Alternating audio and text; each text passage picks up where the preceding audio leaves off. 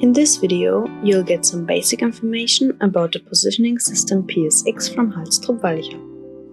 On the type label, you'll find the order code, order number, technical data, and the serial number.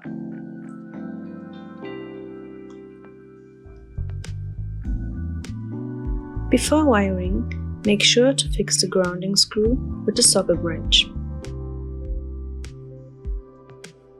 Connect the power supply cable with the connector. Connect the bus cable with the flange socket.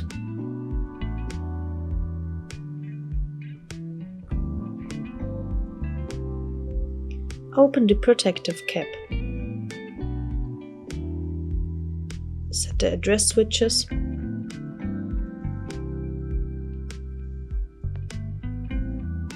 And do not forget to replace the protective cap after addressing.